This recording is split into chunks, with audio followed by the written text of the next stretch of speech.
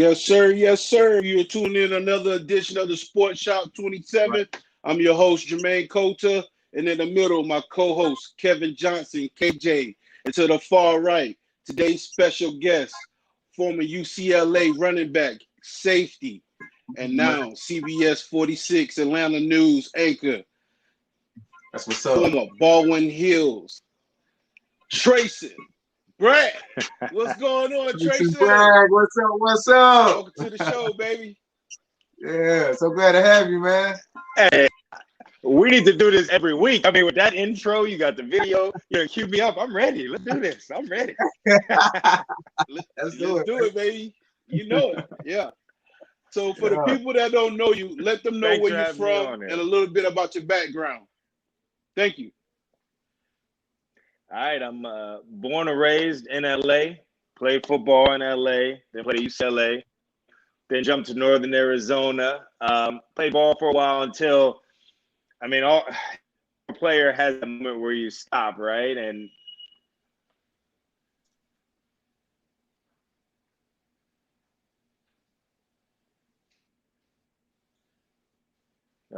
not hearing the audio too well.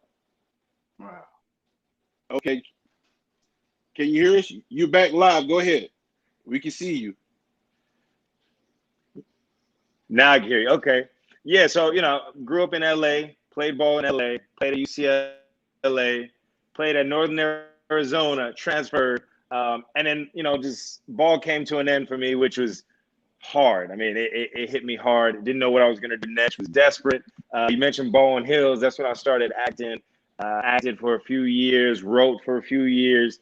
And the news just kind of found me and just jumped in it all the way in, like 10 toes down, jumped all the way in. Yeah. And I saw it as a way for me and goals. I worked hard, and here I am now, making and reporting in Atlanta.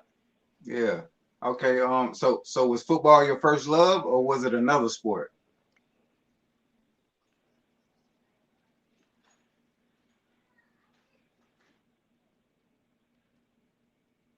You hear me? Can you hear us? Wow. Hey, Tracy.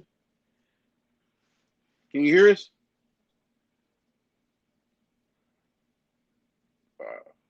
Hold on. All right.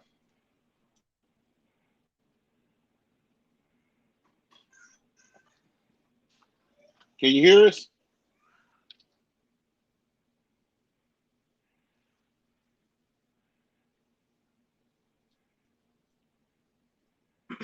Bad connection, huh? I got her back. Can you hear us? Go ahead, KJ. I was asking. So was football your first love, or was it another sport? No, it was football, man.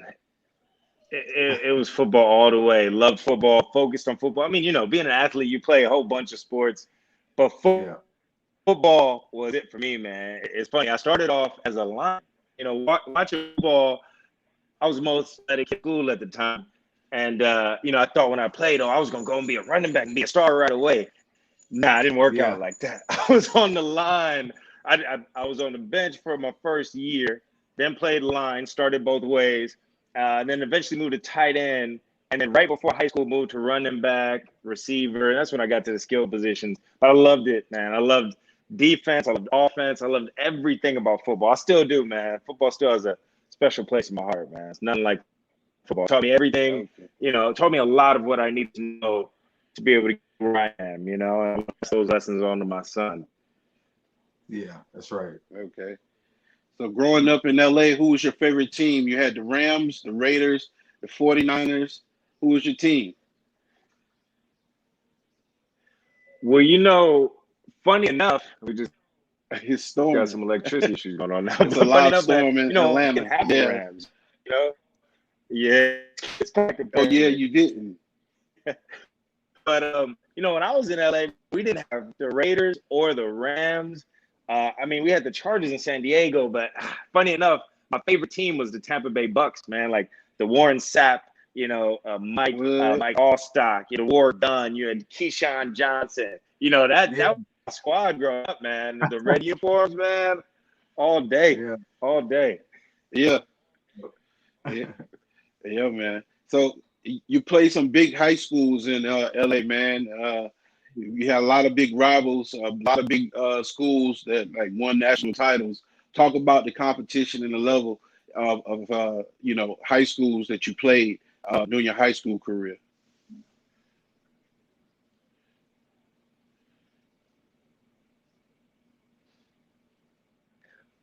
It's funny, man. California ball, just like Texas, just like Georgia, just like Florida, just like South and North Carolina, man.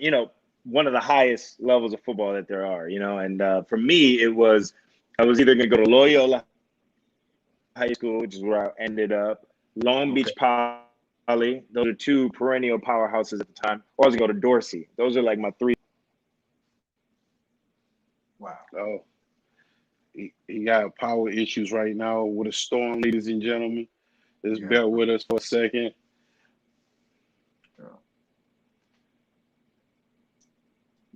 There he is.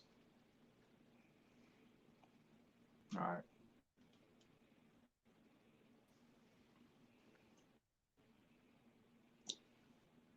Hey. Yep. We're here.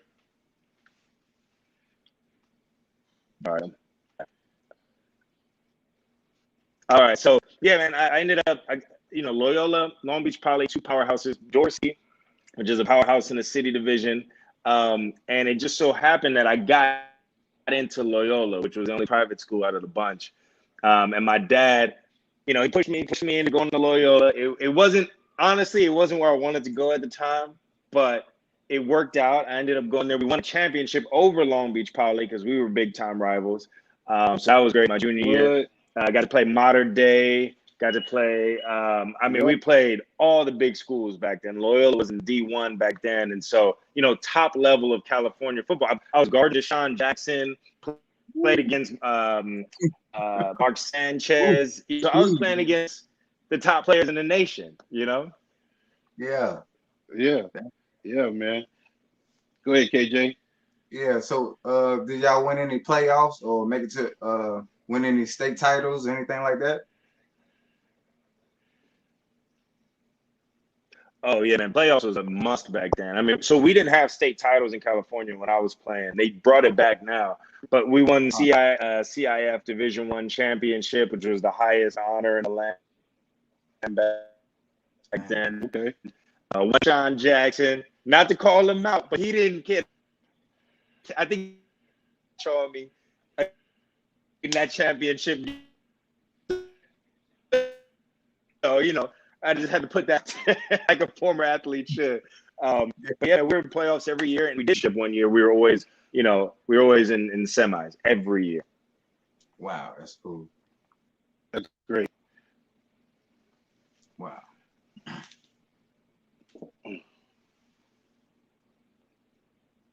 Must be a bad storm, man. For real. Yeah, here he is.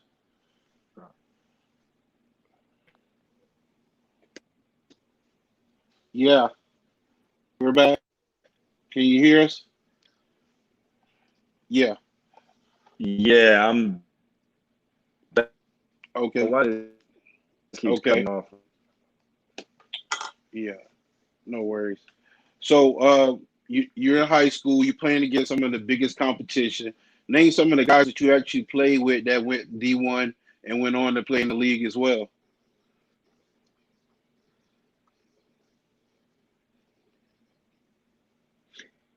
Oh man, that went D1.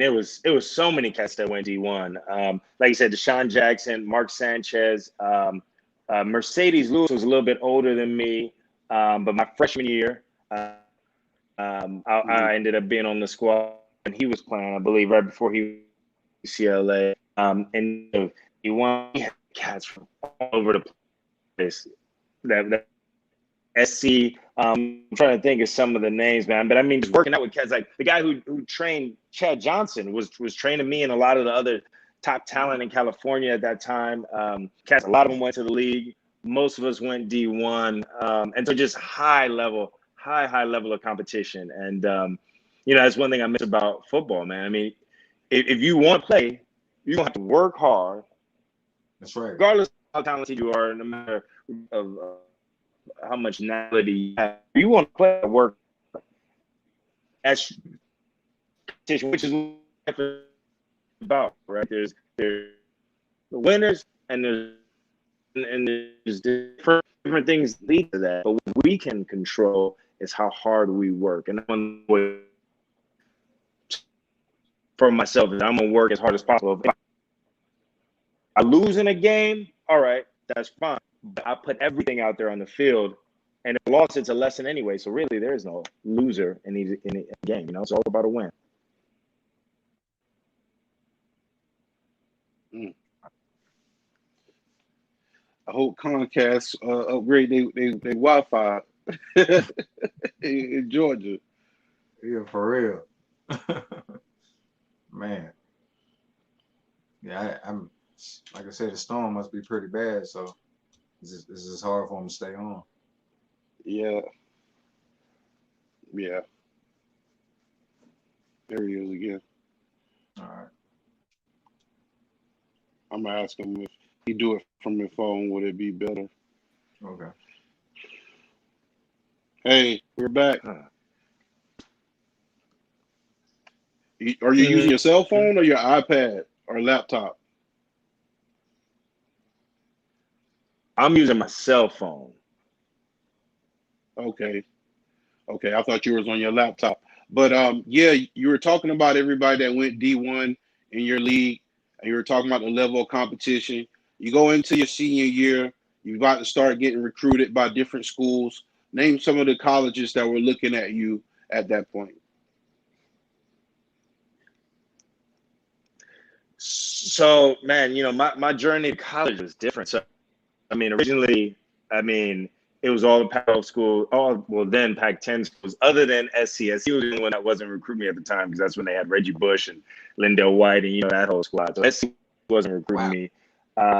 Alabama at the time, that was pre-Alabama, before they were what they are now, right? Remember that little low? Alabama, really, Yeah, I was getting recruited by Ohio State. Michigan was looking at me pretty tough for a while. But, for me, I went from being one of the top players in the nation to all of a sudden having all of that dropped. My senior year, let's just say I had a coach in high school who wasn't he wasn't very scholarship friendly. And it's kind of like varsity blues situation. He didn't like, for whatever reason, he didn't really like to get a lot of us out. And so my senior year, man, he took away my carries. I led all of D1 in yards and touchdowns, all of Division I in Los Angeles in yards and touchdowns. And in my senior year, man, it just dropped off. And he stopped letting me play as much defense. Once I started getting recruited. Funny enough, man, funny story. I remember the first letter I ever got was from Oregon. It was a big packet. You know how those big packets come out. And man, the first thing he gave it to me, and first thing he said was, "This doesn't mean anything. This doesn't mean a thing. All you got to do is just worry about what's." That hurt my recruiting a lot. Just kind of some of the things that some of the moves that he made hurt my recruiting, but it was fine. I ended up in UCLA, which I loved UCLA. But it came down to Cal and UCLA at the last minute, and I ended up going to UCLA, which I'm happy about. Loved UCLA, loved being home. But for an 18-year-old kid, man, you guys play ball to be at the top of the mountaintop, and then to see it all kind of fall in front of your eyes, man, it hurt. And funny story here, man, I remember not to diss any school, but at the time, my dad, we're getting all these letters. My dad's like, "No, you're not going here. No, you're not going there. You're not even going to call them back. Don't even send them letters back. Don't even reach out to them." And when everything started dropping, it was like, "Hey, you guys remember me? Sorry, we gave your scholarship away. Sorry, we gave your scholarship away." So it hurt, but let me say, a great situation and taught me a lesson. Pride comes before the fall. So that taught me never think that you're above anybody else. Never think that you can't lose whatever you have, no matter how nice it is. It could be going like that. So don't ever, get cocky. Confidence, yes, but cocky, no, because boy, I learned that lesson. It was a tough lesson too. I can't even lie. There you go, man. Well, good job, Pops, man. Keep them grounded. Go ahead, KJ. Yeah. So before you made your decision to go to UCLA, did you take any visits?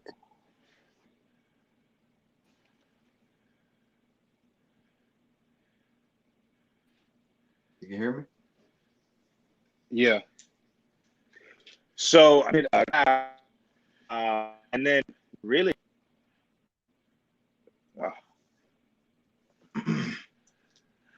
Just keep trying again. Yeah.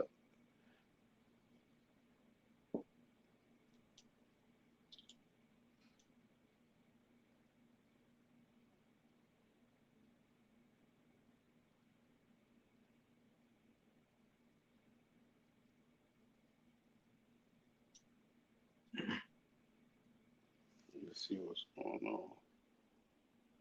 Okay. There he is. All right, we're back. So he was asking about the visits. I'm Any back. visits before you chose? Yeah. I'm thinking the storm. I'm thinking the storm might have knocked out a pole around here or something. Why it's so bad right now? But yeah, I got to visit Cal. Got a quick visit there. Now UCLA was in my backyard, so I went to UCLA. But yeah, I mean, for me it was.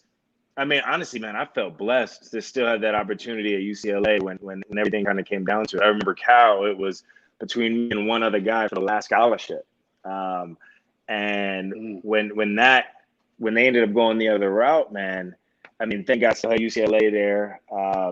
But it was, yeah, man, it was tough. I mean, you guys know football is your world. Any sport is your world when you play, especially, I could say for me, growing up in LA, all the pressure is on you when you are a star athlete. It's like, you're going to be the one who does it. You're going to be the one who, who helps everybody out. You're going to be the one. So that pressure, man, it was a lot. And yeah, I mean, I was grateful to still be able to get to UCLA, but it was tough times, man. It was tough times. I can't lie. Definitely tough times.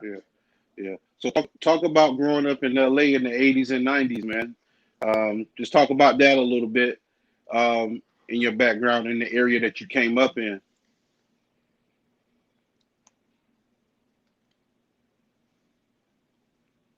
Yeah, man. Can you hear me?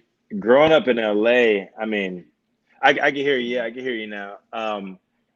Man, growing up in LA was, I mean, I love LA. I'm LA down. Like, I love LA. If you know me, you know I love LA. Every time I get to go visit the city, I'm always happy. I love.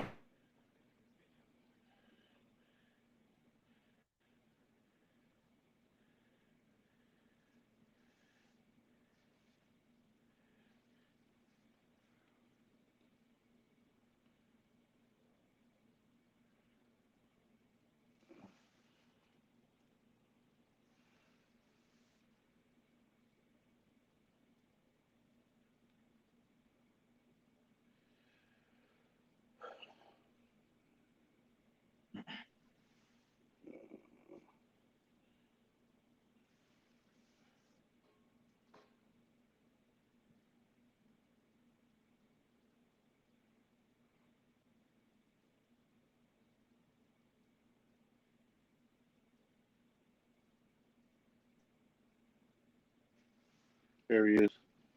All right.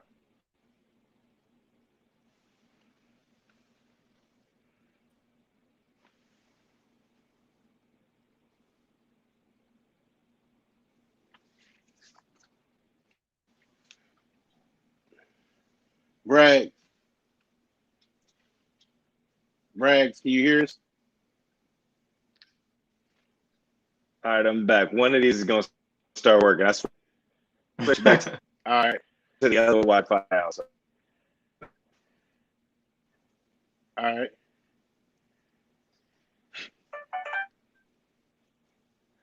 But yeah, you asked me about LA. I mean, man, growing up in LA, I love LA. Love LA. Like I was saying, I'm LA down, man. I like every time I get to go back to the city, you know, it's home. I love LA. I loved everything about growing up in LA. I love LA.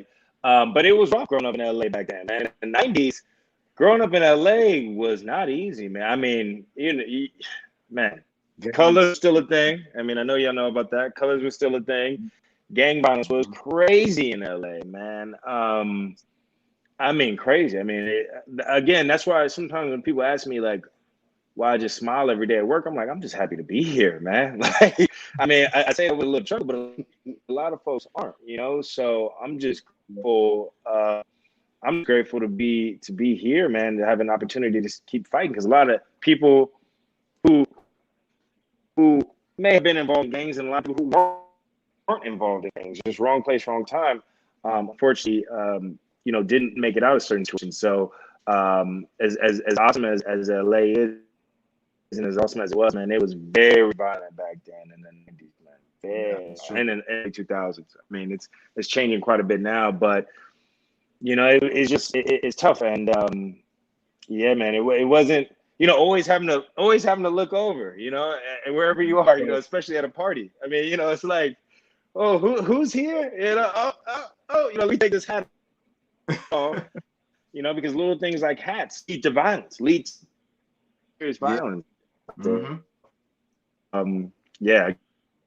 Glad. Love the city.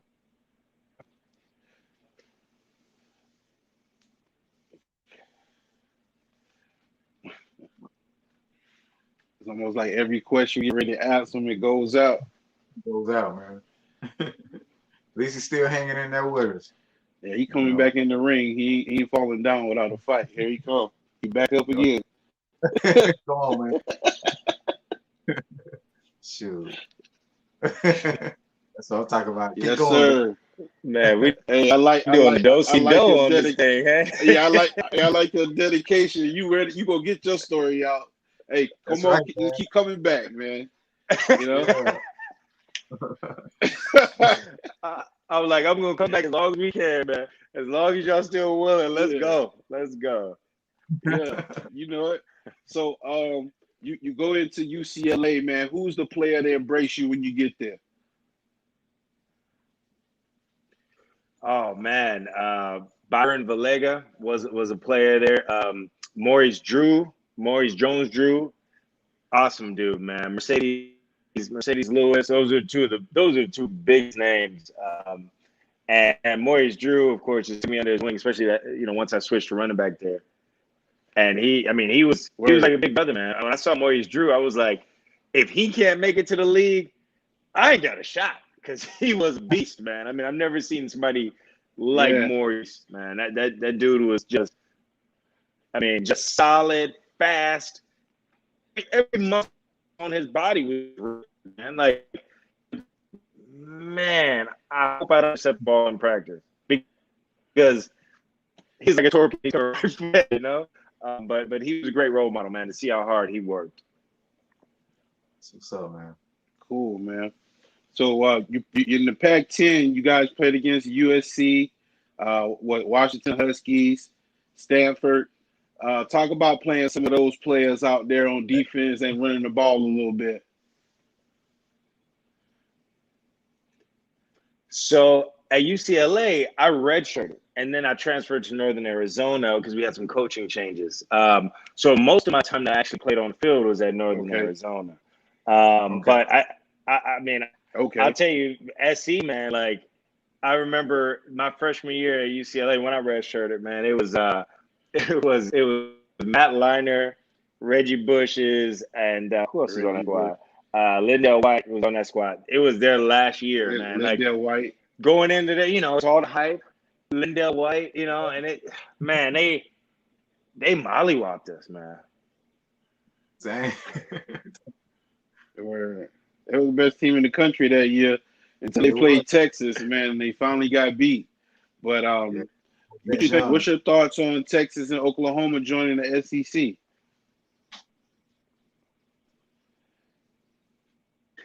You know, I'm glad you bring that up, man. I mean, I think it's going to be great for the SEC. I think it's great, 2 squads, but I think it also changes everything. because And he's out again. I'm gonna play a clip next time we come back. For real. We live, baby. Mm-hmm. He's He got a coming good back. story. He do got a good story. I wish it wasn't storming today in Atlanta. Yeah, I know it. We'll have him on again sometime. Exactly. Yeah. Yep. We're back. We're here, bro. yeah, We're here.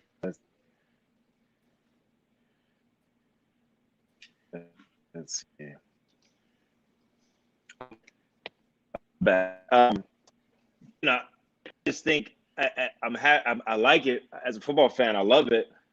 But that just is going to change college football. I mean, from here on out, I think that's the start of all of a sudden seeing now the Pac-12 turn into the Pac-16, and we're going to see. I think the Big Ten turn into the Big 14 because I mean, there's no way the other conferences can't answer that. Like that's a huge move for right now, the number one conference in college football. So it's definitely going to change the landscape. But honestly, I like it. As a football fan, I like it.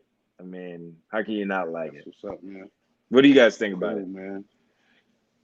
I think it's gonna be good because they're gonna probably like separate the divisions now. It'll probably be like East, North, West, and South. Yeah. And they'll probably like switch up the arrangements a little bit. So they're gonna mix it up a little bit. I think that give a chance for more exposure, for competition, and more money for obviously for the schools, and also it's a better look for the conference. As a whole, and just building up the conference a little bit tougher, a little bit better, even out the competition. So I think it's a good move. So you leave UCLA, you go to Northern Arizona. Talk about your experience there a little bit more. So I when I went to Arizona, I switched back to safety in Northern Arizona, and it's funny we got to play the Pac Arizona State. And then we went into the 1AA at that time. So we played the Montanas, the Utah States, Portland States. And so, that was a good opportunity. I got to play a lot more there. But then I ended up, it's funny, man. I ended up having some issues with coaching and ended up leaving there too, man. My football career was kind of interesting in college. And so after playing there for a year, starting there for a year, I ended up transferring back to LA. And eventually that's when I ended up just giving football up, man. That's what it was like. Okay, I had a couple of other looks, but I just kept having some issues with coaches at the time. And at the time I didn't understand it, but again, frustrated, right? Obviously as an athlete, I wanted to play. I wanted to continue to play, but I just come to the point where it was like, it's football still.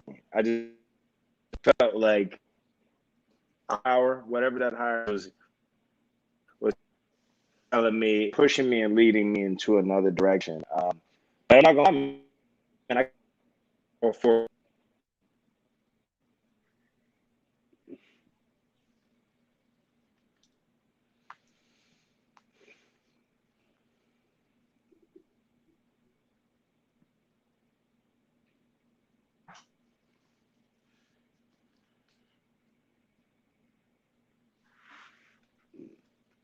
Let's see.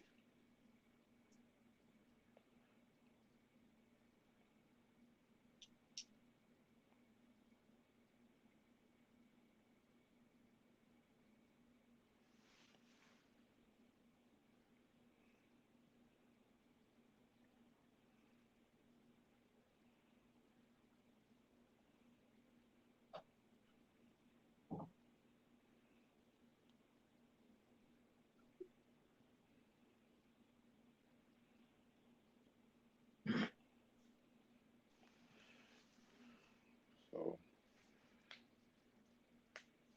it's about to come back in. About to wrap it up a little bit. All right, that's cool. You still gonna play the highlight? Yeah. All right.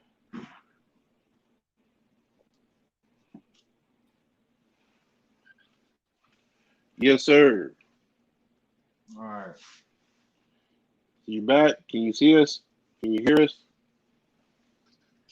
All right. All right. So you're talking Yeah, I about got you. I got you. Arizona, northern Arizona. So you leave football and you're going into Baldwin Hills. Talk about that briefly, and then talk about how you end up in broadcasting. Man, it's funny. So football ended. I'm kicking with my boys at the time, and I'm trying to figure out what's going to be next. And people had always kind of mentioned, my girlfriend at the time, her mom, she was an actress, and her mom was like, "Oh, you should get into acting." And I was like, I don't know. And I'm playing video games with my boys.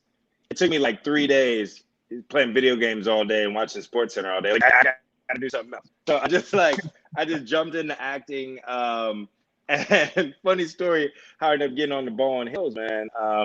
Again, just speaking about me, a higher power just really wanted me to move on to something else. Was I had a friend, like one of my closest buddies, his girlfriend was on Baldwin Hills.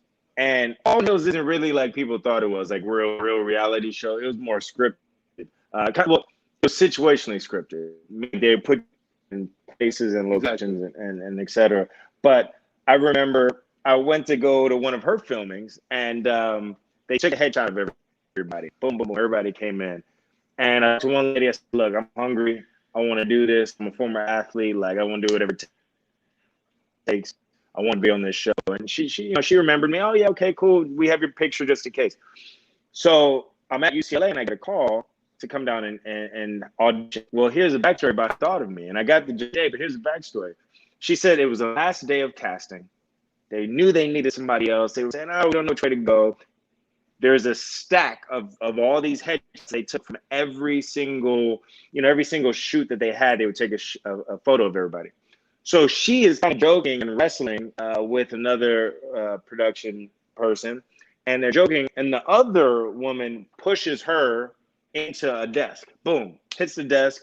Half of the pictures fall off. The one on top is me, just cheesing it up like, "Hey." And from there, they were like, "Oh, this is..." And his phone goes dead again.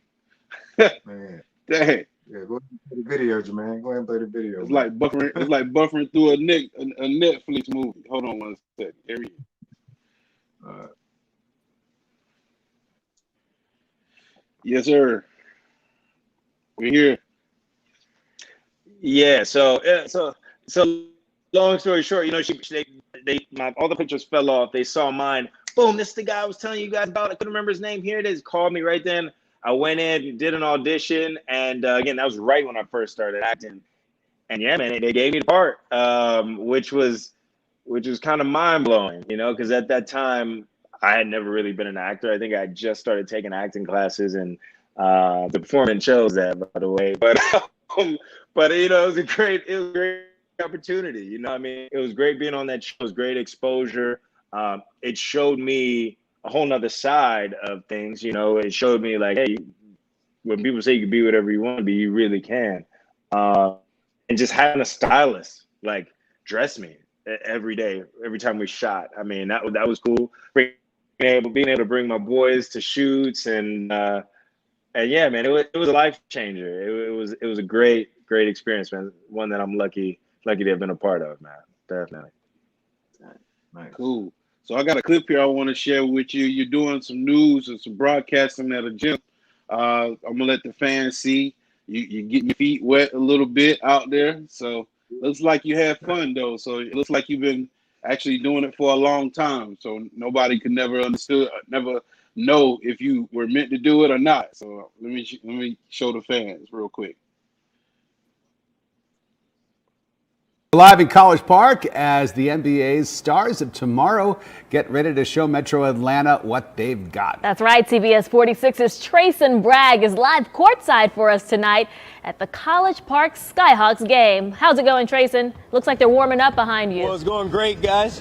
Yeah, a few of the guys warming up behind me. It's getting ready to go down right here in College Park because, as you mentioned, the hometown College Park Skyhawks getting ready to take on the Canton Charge guys. This is going to be a big game, high level of basketball. These guys that you're going to see playing tonight, stars in college. Many of them are going to be going on to play in the NBA. Some of them have already played in the NBA, guys.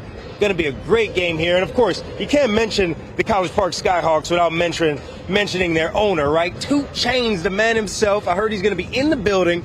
You definitely want to come down. You want to watch the game. You may get lucky and meet 2 Chainz, but for sure, you're going to see some great basketball going on behind me. You're going to get to see a great game.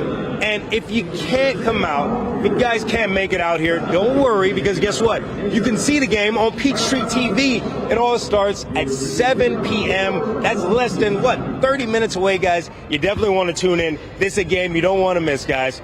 Send it back to you guys. All right, Trason, enjoy. Having a blast, right? Should be fun. Say hi to 2 J's for us. But we're also giving you the best seat outside the house. You can watch tonight's Skyhawks game live on Peachtree TV starting at 7 o'clock. The only place to watch the College Park Skyhawks. What's up, man? Yeah, man. I didn't even know 2 Chainz had a basketball team. Yeah, the College Park Skyhawks. Can you hear us, Trason?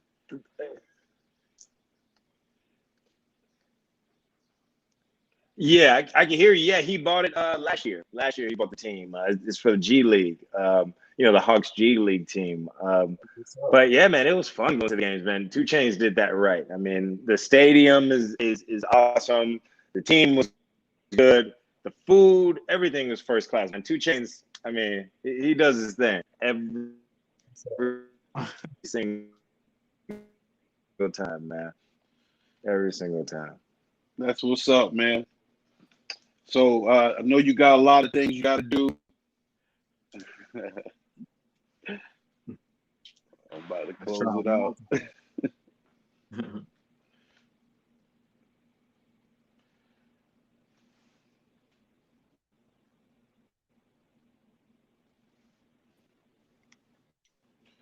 Yeah, Trason, can you hear? Yeah, before we head out, man, you got any shout outs to any family members, friends, fans, or anything like that? I'm back. Yeah, Okay.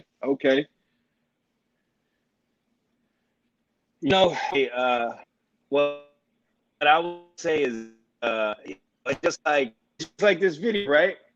Keep cutting off, but we keep coming back. And that is what I've learned life is about, man. I wouldn't be here if I stopped and football didn't work out, if I stopped and acting didn't work out.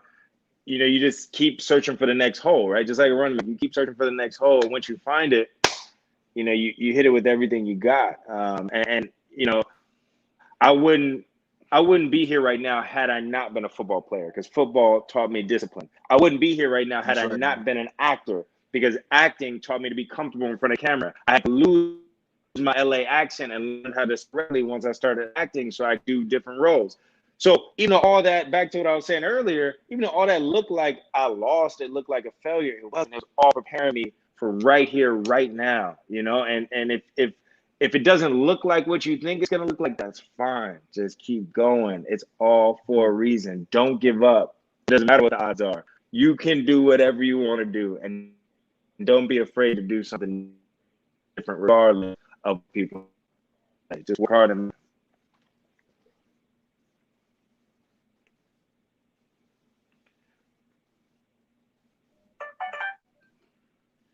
yes, sir.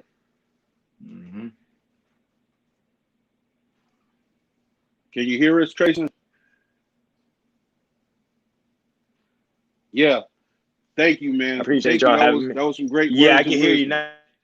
I appreciate Yeah. y'all having me on, man. No problem, man. Yeah, no problem. Hey, you tune in to another edition of the Sports Shop 27. I'm your host, Jermaine Coulter, and to my far right, KJ. That's right. Co-host. And my special guest, he's having buffering issues with his internet, so we'll bring him back on. But we'd like to thank special guest Trason Bragg. Here he is again. I like his tenacity. He never gives up. Never give up, baby. And we appreciate you, Trason. for the tenacity and never giving up and coming in and finishing strong, baby. You know what I'm saying? That's perfect, and that segues into our mission. And how's it go, KJ? It's not how you what? It's not how you start, man. It's how you finish. So keep going. Just like the show. Exactly. Real. You know what I'm saying? So you guys be safe out there. Keep tuning in. Wear your mask, and we'll see you next episode. Later. Peace. Right. Peace. Appreciate it, Trason. Thank you, man. Appreciate you. Thank you. Thank y'all. Glad to be